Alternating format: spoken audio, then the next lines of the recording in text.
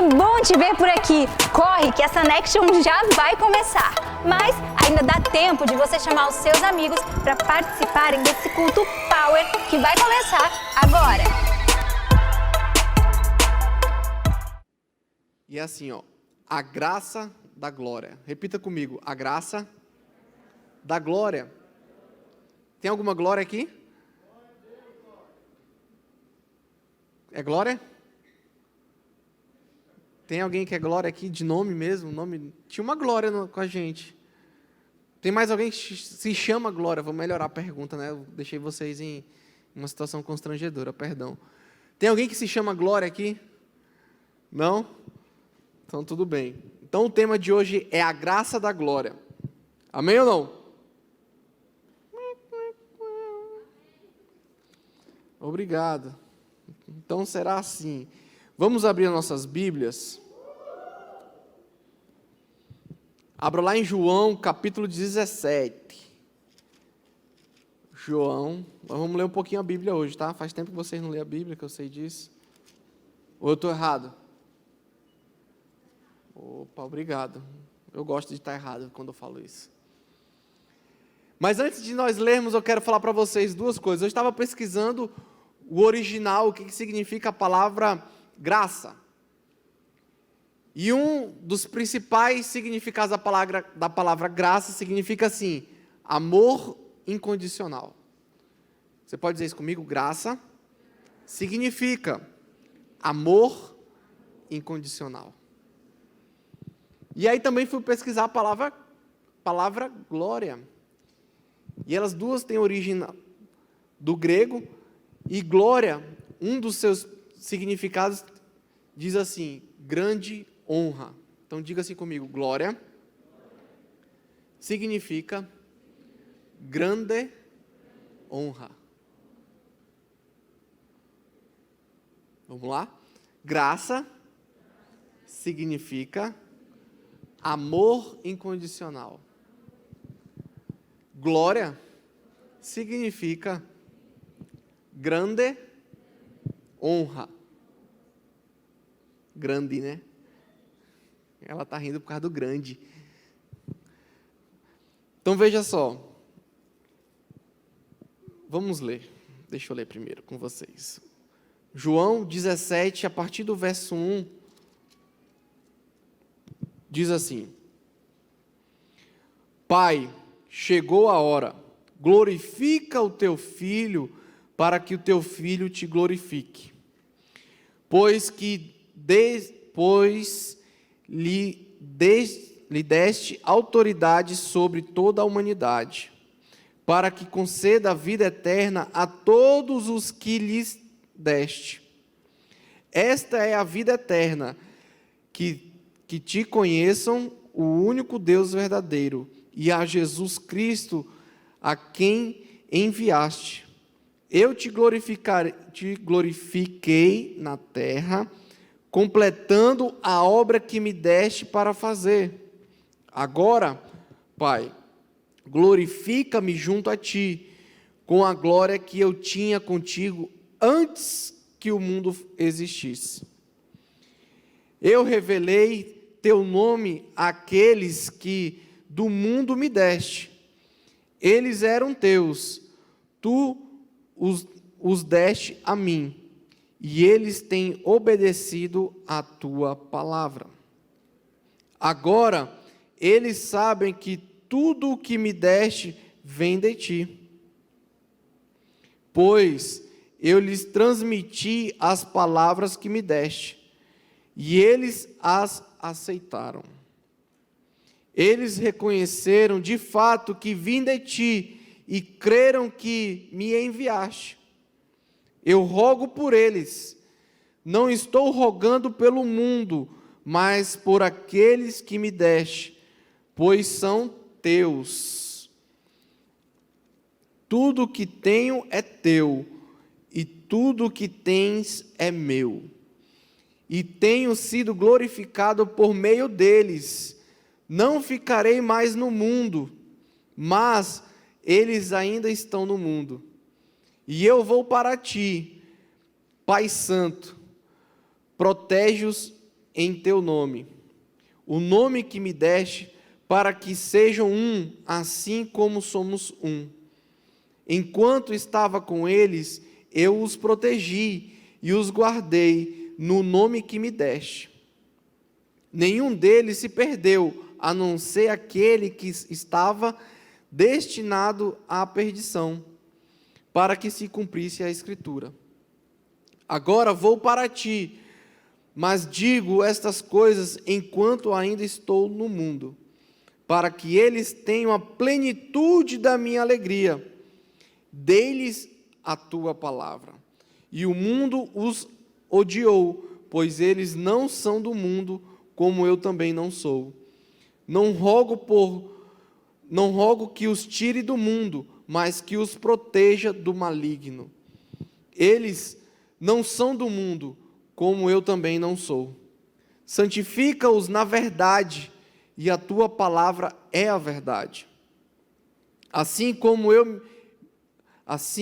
me enviaste ao mundo, eu os envio ao mundo. Em favor deles eu me santifico, para que também eles sejam santificados pela verdade. 20.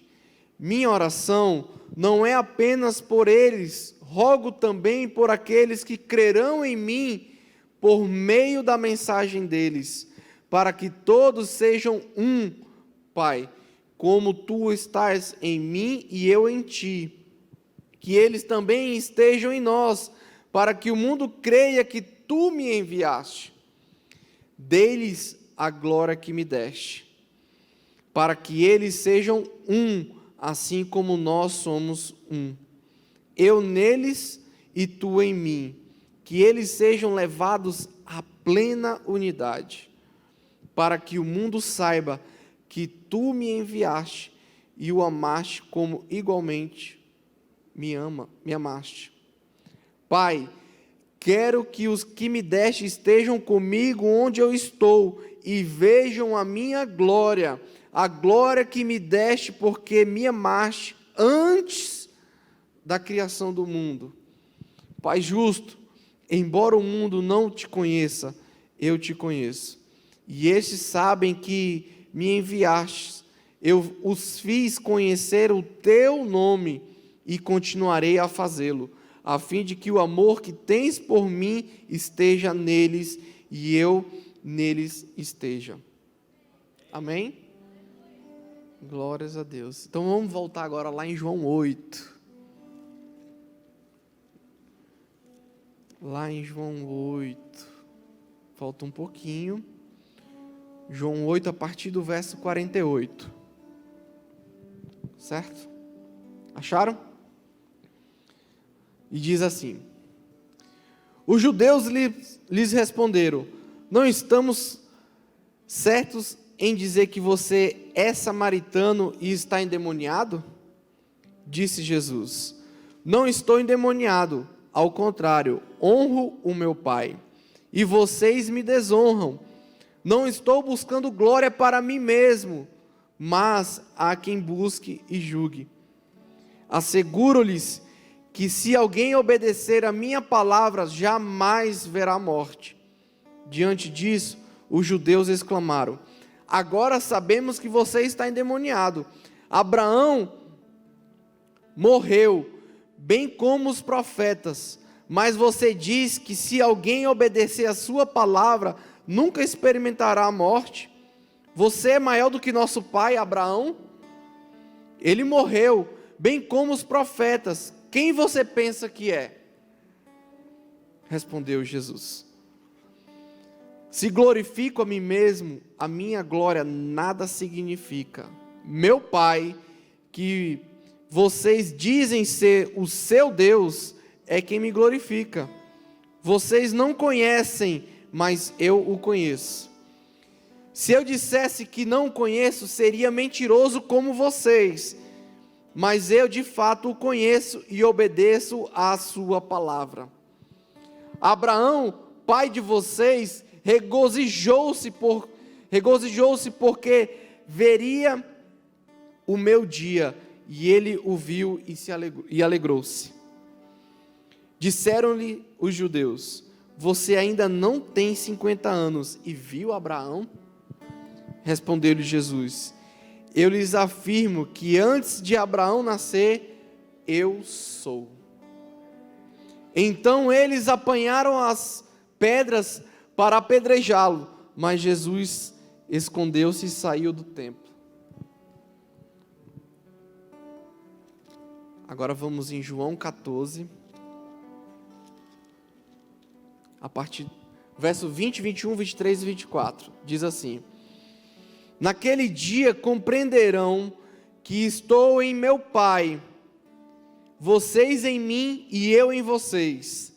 Quem tem os meus mandamentos e lhes obedece, este é o que me ama. Aquele que me ama será amado por meu Pai, e eu também o amarei e me revelarei a ele.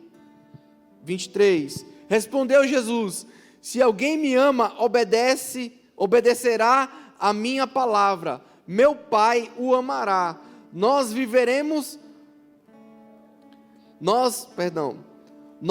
viremos a ele e faremos morada nele. Aquele que não me ama não obedecerá às minhas palavras. Essas palavras que vocês estão ouvindo não são minhas, são de meu Pai que me enviou. Amém? Agora vamos lá na frente, lá em 2 Coríntios.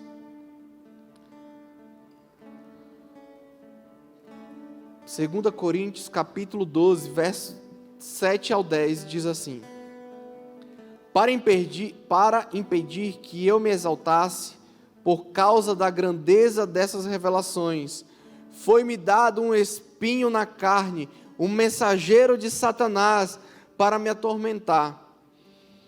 3 vezes roguei ao Senhor que o tirasse de mim, mas ele me disse: minha graça é suficiente para você, pois o meu poder se aperfeiçoa na sua fraqueza. Portanto, eu me gloriarei ainda mais alegremente em minhas fraquezas, para que o poder de Cristo repouse em mim.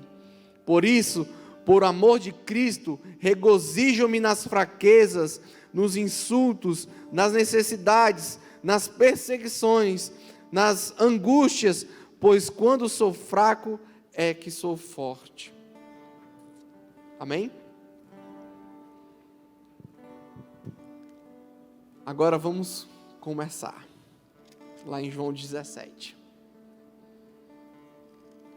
João 17 começa falando sobre a obra que Jesus veio fazer. Pai, chegou a hora e glorificarei teu filho para que teu filho te glorifique, pois lhes deste autoridade, verso 4, perdão, e eu te glorificarei na terra, completando a obra que me deste para fazer. E eu já gosto de perguntar, vocês sabem disso, né? Então vamos lá, valendo nota para vocês participarem. Qual a obra que Jesus veio fazer?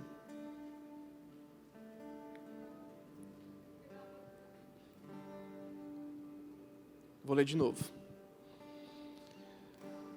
Eu te glorificarei na terra, completando a obra que me deste para fazer. Que obra é essa que Jesus veio fazer na terra? A salvação, pregar o amor, alguém falou, né, aí? Ou a mesma pessoa? Aqui, que obra? Glorificar a Deus na terra, que mais? Restaurar a comunhão. Que mais?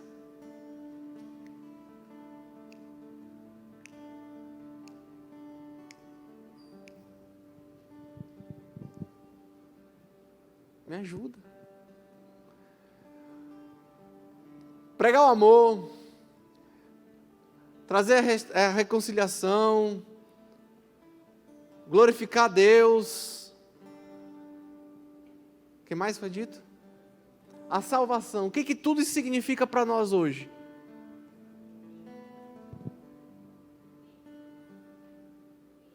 O ID. O ID. O que isso tudo significa para nós hoje? Só um. que significa ser salvo por Jesus? O que significa receber o amor de Deus? O que significa glorificar o Pai? O que significa o ID? O meu propósito, certo? Mas antes do propósito vem uma identidade, porque não tem como clarificar o meu propósito sem eu entender a minha identidade. O que significa a morte de Jesus na cruz? Que obra é essa que ele veio fazer na cruz? Vencer a morte, a salvação. O que significa para você hoje?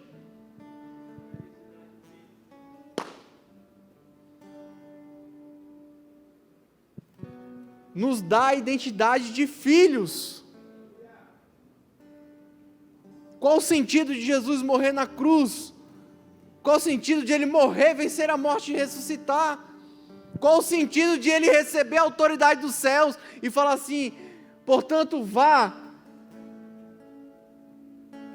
Qual o sentido de nós sermos salvos, restaurados, libertos, curados? Se não de sermos restaurados na nossa identidade de filhos de Deus.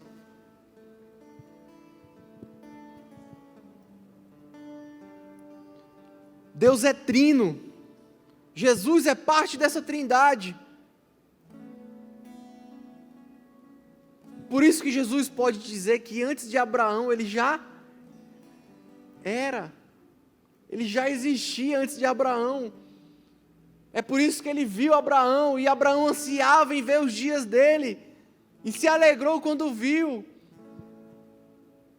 Antes de tudo isso aqui ser criado, Jesus já era. Porque ele é parte da trindade. E qual parte da trindade é Jesus? Deus, Filho.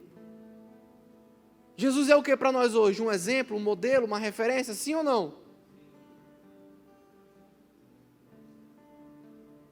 Qual que é a nossa dificuldade de entendermos que se Jesus, Filho, é a minha referência, é o meu exemplo perfeito? Qual a minha dificuldade hoje de ser filho? Porque eu estou procurando padrão em outras pessoas de não filho, padrão de paternidade, quando deveria estar procurando em Jesus padrão de filiação.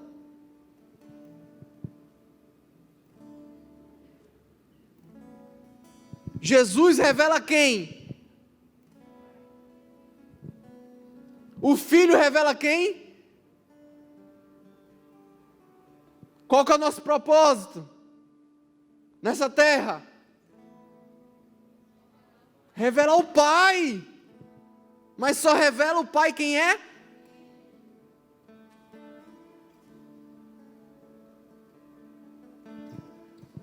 Olha só, no verso 7 e 8 de João 17. Eu revelei teu nome àqueles que do mundo me deste. Eles eram teus, tu os deste a mim, e eles têm obedecido a tua palavra. Agora eles sabem que tudo o que me deste vem de ti, pois eu lhes transmiti as palavras que me deste, e eles as aceitaram. Eles reconheceram de fato que eu vim de ti e creram que me enviaste. As coisas do Pai se confundem com as coisas do Filho. Lembra, eu falo tanto da parábola do filho pródigo. O filho mais velho que ficou, ele foi questionar o pai. Mas como você está dando a festa para esse bacana que saiu, gastou tudo, fanfarrão, se eu nunca me deu um novilho? O Leonardo está aqui hoje, eu posso falar. Se eu nunca me deu uma picanha Angus para eu assar com meus amigos. E aí o pai fala para o quê? Para o filho? Tudo que é meu é teu, tudo que é meu é teu. Quando você vai entender que tudo que é do pai é do filho, e tudo que o filho tem é do pai. Por que nós não entendemos isso? Qual que é a dificuldade? Está escrito aqui, acabei de ler para vocês. Por que nós estamos pedindo para Deus? Deus, eu estou com sede, me dá um copo d'água. Deus, eu estou com fome, me dá um pão, uma carne para eu comer. Deus, eu estou doente, me dá um remédio. Filho pede. Ele pega, parece grosseiro, né? Mas não é não. Parece mal educado, mas não é não, porque ele sabe que ele tem acesso, ele tem liberdade para fazer isso. Pelo amor de Deus. Mas nós somos ensinados como na caixinha, né? Menino, não pega isso aqui. Me peça. Tem casos que é assim, agora na minha. Tá vendo aqui na geladeira?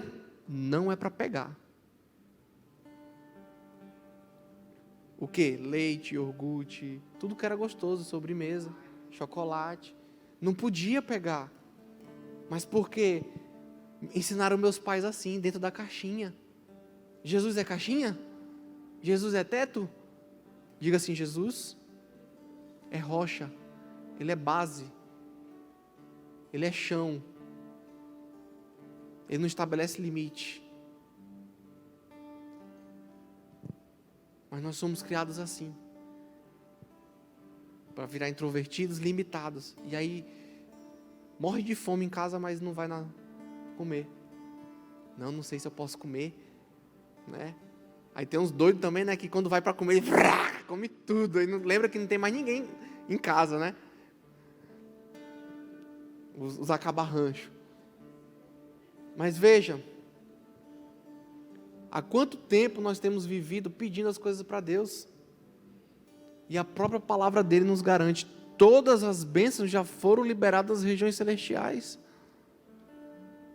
Agora, tá bom, Nádia, tu tá falando que tudo que é do Pai, Deus criou tudo isso aqui, então eu posso pedir o que eu quiser para o Pai? Pode. Então eu vou pedir uma Lamborghini, uma Ferrari, né? Vou pedir. Pode pedir. Agora, pedis e não recebeis, por quê?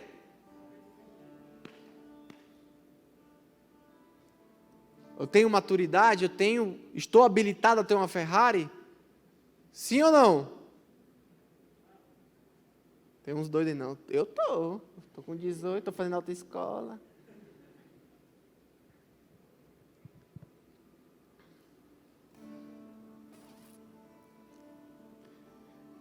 Então tudo que é do Pai é do Filho, e as coisas elas se confundem, porque elas fazem parte de uma coisa só.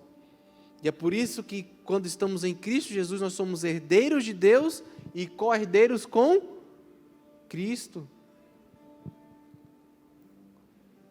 Qual a possibilidade de Deus me abençoar nesse mundo?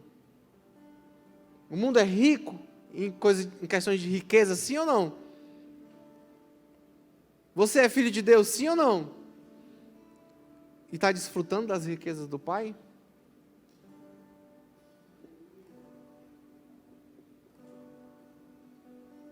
Será que não é porque, ao invés de vivermos como os filhos, nós estamos vivendo como aqueles servo, aquele escravo que precisa de uma bênção do Senhor?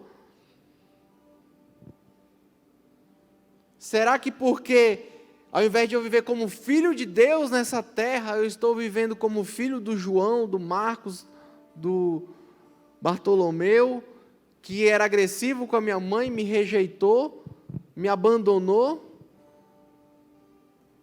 que não te deu o prazer de conhecer a face dele?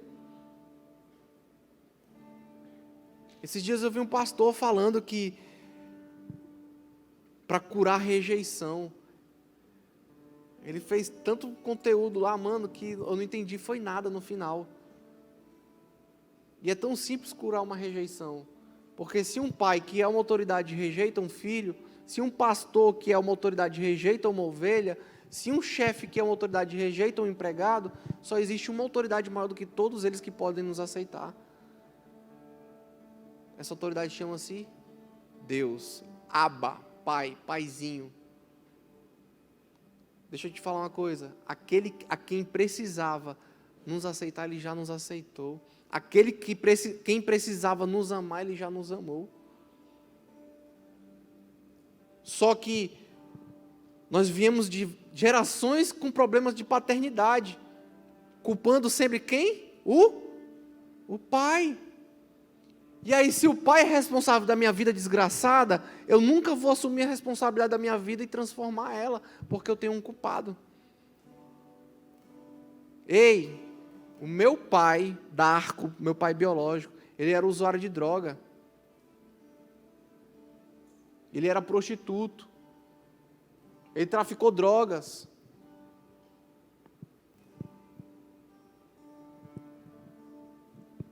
Ele agrediu minha mãe. Ele era violento em casa com a gente. Eu tenho todos os argumentos para justificar uma vida desgraçada. Mas um dia eu entendi que o meu problema não era o meu pai. O meu problema era eu que não tinha entendido que eu sou filho de Deus. E que o meu pai, o Darco, ele deveria me ensinar isso aqui, que eu estou ensinando para vocês hoje. E essa é a principal função dos pais biológicos, é ensinar o filho no caminho a temer ao Senhor, que é o princípio de toda a sabedoria, temer a Deus, o Pai.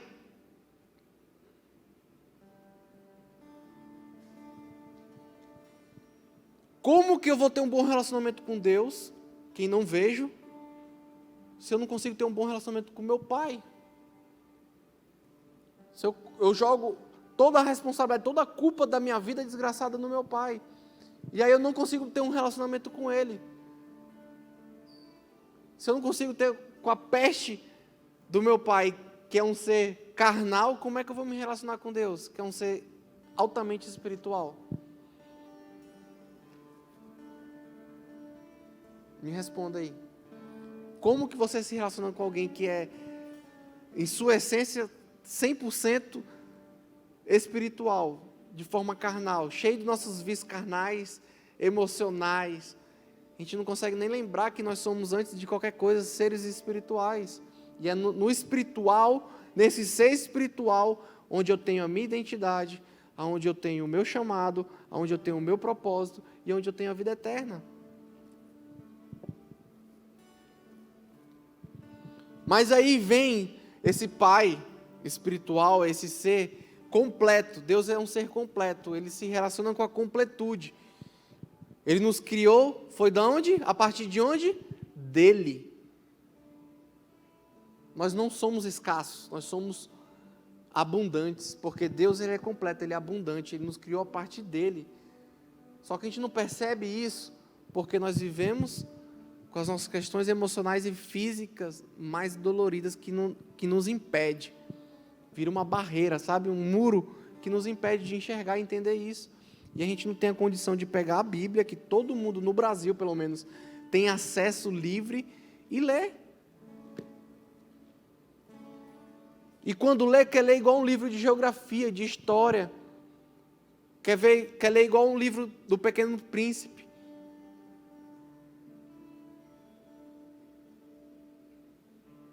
E aí, quer decorar. João 8,44. Quer decorar. João 3,16. Quer decorar Gênesis 1,26. Quer decorar Mateus, Marcos, 20. Quer decorar. Para quê? Para quando alguém perguntar, eu sei. Quando nós perguntar lá em cima, para que Jesus morreu na cruz? Para nos salvar. Isso é o quê? Decoreba, fala assim, decoreba. Isso é escolarizar-se. É só aprender para quando no dia que perguntar, vão me falar, para eu poder falar. Para quando cair na prova, eu tirar a nota 10. Mas se eu não conseguir extrair a essência desse livro, porque ele é só uma orientação. Mas acabamos de ler aqui em João 17, depois em João 14, que o próprio Jesus, quem é Jesus? Diga assim, ô cara. Diga mais alto, ô cara. O próprio cara falou assim, Pai, eu dou para eles a glória que o Senhor me deu. Para que eles sejam um contigo, como um comigo, como eu sou um contigo. Deus, Pai, eu oro para esses cidadãos aí, que estão perdidos no mundo, para que o amor esteja nele, para que a tua palavra esteja nele, para que nós possamos fazer morada nele.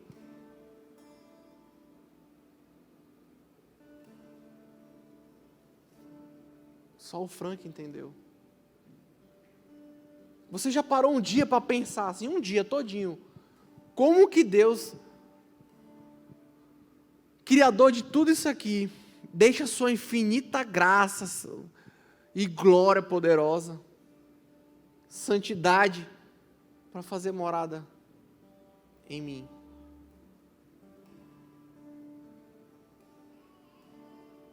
Nós estamos tão apegados com as nossas feridas, com as nossas decepções, com as nossas frustrações, com os nossos problemas, e esquecemos que o Deus Altíssimo, o Abba, o Pai verdadeiro, o Criador e Consumador da nossa existência, aquele cujo nada é impossível, porque tudo Ele opera, aquele que morreu e venceu a morte, aquele que nos amou primeiro, Ele nos amou primeiro, não é por merecimento, mas Ele por justiça decidiu nos amar. Esse ser que muitos pregam ser tão distante, nos fala hoje que Ele habita em nós, Ele faz morada em minha vida. Mas eu preciso entender, metanoia, mudança de mentalidade. Eu não posso me conformar com esse mundo. A gente fala, quando a gente lê isso na Bíblia, não é sobre os pecados do mundo. Eu não tenho que conformar com o estilo de vida que eu tenho levado. É um convite para transformação, não é mudança de vida não, gente, é transformação. O que é transformação, Nagem? É quando você pega fezes e transforma em esterco, adubo para plantas. Tem como voltar a ser fezes, o adubo? Uma vez transformado, não tem como voltar atrás. É queimar as carroças, é afundar os barcos no cais, é não olhar para trás. Mas nós estamos ensinados aqui a mudar, muda de vida, igual a gente muda de casa. A gente mora numa casa e muda para outra casa, muda ou não? Mas quando eu mudo daquela casa para essa, eu posso voltar para outra casa, sim ou não? Posso. E é essa experiência que nós temos com mudança. E é por isso que é difícil mudar de vida, porque eu tenho essa experiência que eu posso ir lá, experimentar algo diferente, mas eu posso voltar. Só que o que Jesus veio, não veio para mudança nas nossas vidas, Ele veio para transformação. Ele nos tirou da condição de escravos, de ninguém, e nos transformou e colocou na condição de filhos de Deus. Não tem como voltar a ser escravo, a ser servo. A gente pode pedir para Deus, me aceita como teu servo. Ele fala assim, ei, tu não está entendendo, querido, eu não mudei não. Eu continuo sendo o mesmo desde ontem e hoje continuarei amanhã. Você é meu filho amado, em ti eu tenho prazer. Toma aqui um anel no teu dedo, toma aqui vestes novas, toma aqui sandália para os teus pés. E vem, vamos festejar, vem ceiar comigo, porque o teu lugar é aqui, porque você é meu filho.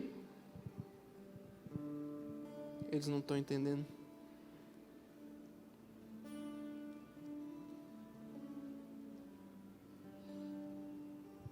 O próprio Jesus, no verso 23 de João 17, eu dou para eles a glória que o Senhor me deste. Qual era a glória que Jesus tinha nessa terra? Oi? Para mim basta, ele entendeu. Se foi para você que Deus me trouxe aqui nessa noite, querido, é para você, então. A glória de Jesus nessa terra era ser filho de Deus. É por isso que os judeus, os fariseus, eles ficavam loucos em ouvi-lo. Chamaram ele de endemoniado em João 8, acabamos de ler. Porque eles não conseguiam entender como que um ser carnal, um ser humano, acabar forte, carnal desse jeito, como é que pode o David, todo tatuado, ser filho de Deus? Isso é endemoniado.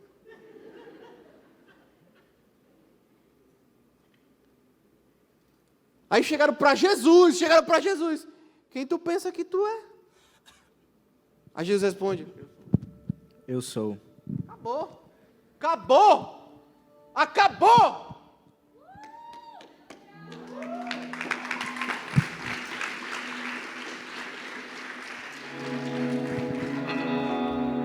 você não está entendendo, veja só.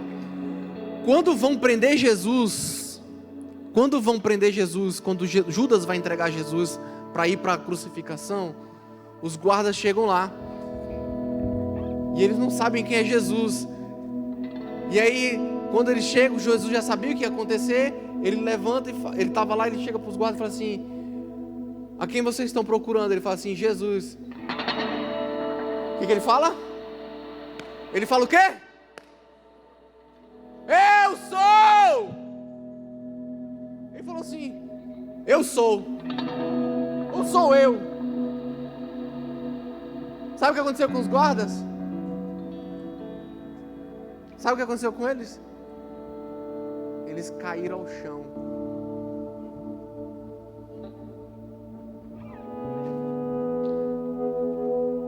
Eles caíram ao chão, queridos, só com essa expressão de Jesus: sou eu.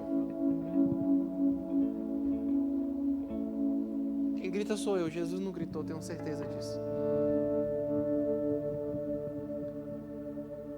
Mas não é simplesmente a expressão sou eu,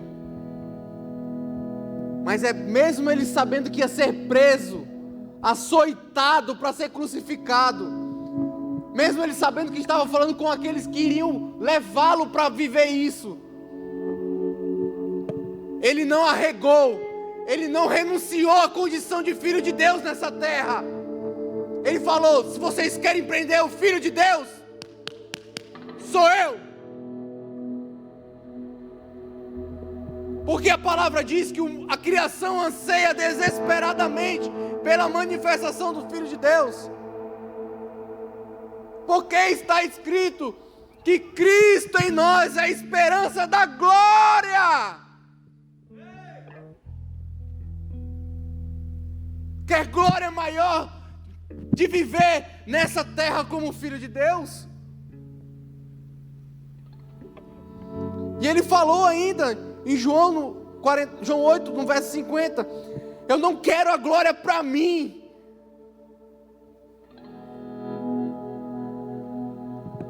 Isso em João 8, em João 17, ele: Pai, eu dou para eles a glória que o Senhor me deu. Ele não veio a esse mundo para ser reconhecido como o cara, o bambambam, pura e simplesmente.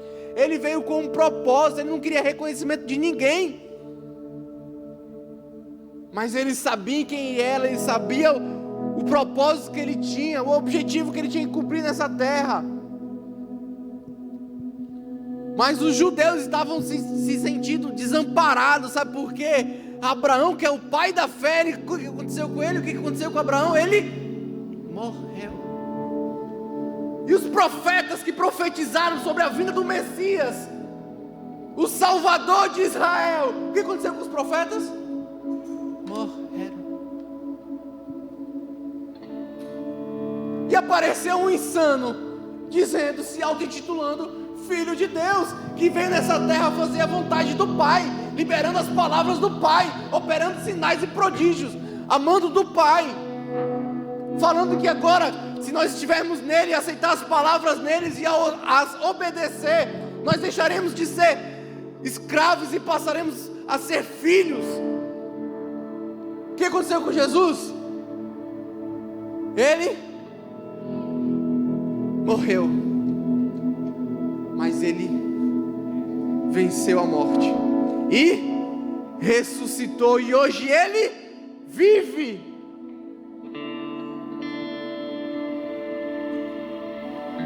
Quando os judeus se sentiram esquecidos, desamparados, órfãos, rejeitados pelos profetas, pelas palavras que já tinham sido liberadas, eles ficaram esperando elas se cumprir por si só, palavra por palavra.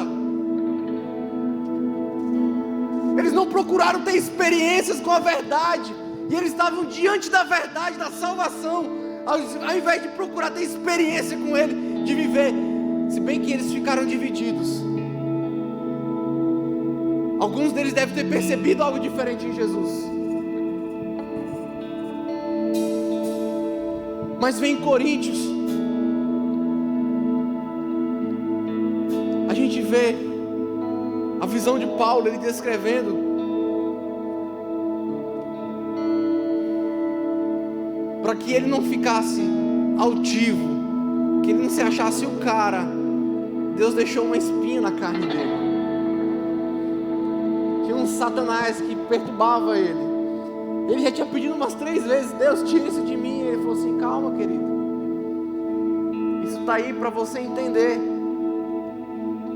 que é na tua fraqueza que eu me aperfeiçoo em você. É para você entender que sem mim tu não é nada. É para você entender que a minha graça te basta. O que é graça? Amor incondicional. A minha graça te basta. Essa foi a resposta do Pai. Está aqui, está escrito aqui, ó. A tua graça me basta. É por isso que nós estamos falando sobre a glória da graça. A grande honra de receber um amor incondicional. Não como qualquer ser estranho nesse mundo, mas como filhos.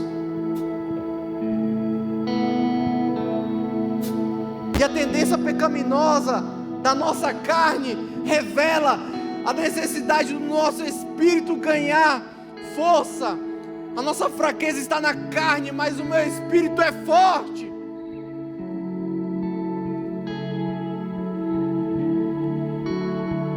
Olhe para a sua carne.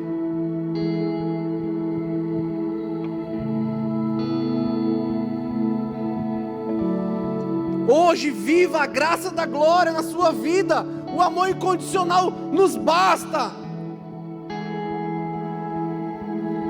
Se abra para essa verdade. Abra a sua vida para isso.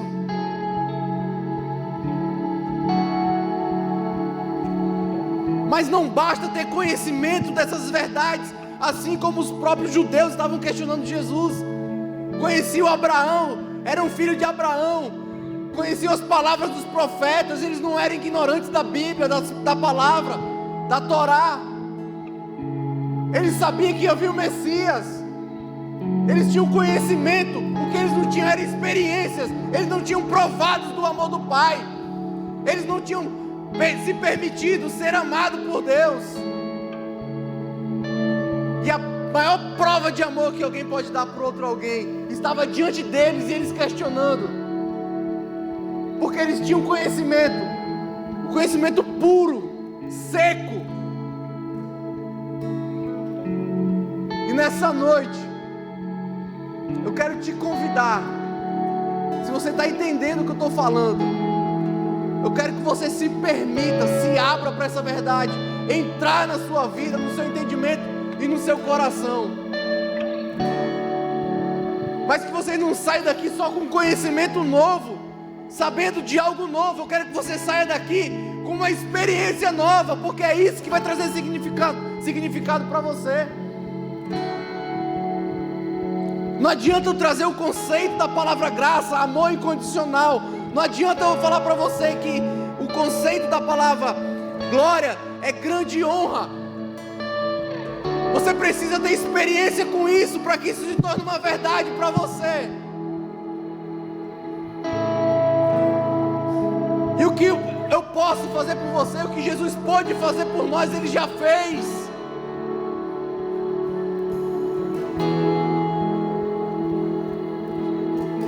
Agora é você e Ele. Você tem o conhecimento, você tem autoridade, você, se quiser, você tem liberdade. Tem alguém aqui que não se sentia filho de Deus?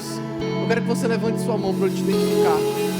Tem alguém aqui que ainda não se sentia filho de Deus? Tem uma ali, corajosa. Tem mais alguém que não se sentia? Levante seu braço. Levante seu braço. Eu quero te convidar a fazer uma oração comigo.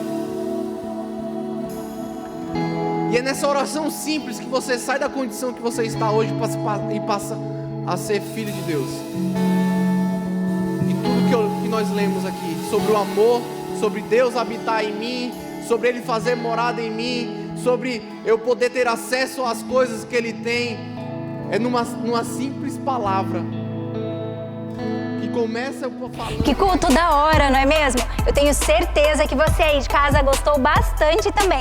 E não se esqueça, sexta-feira que vem estaremos de novo por aqui. Te espero lá!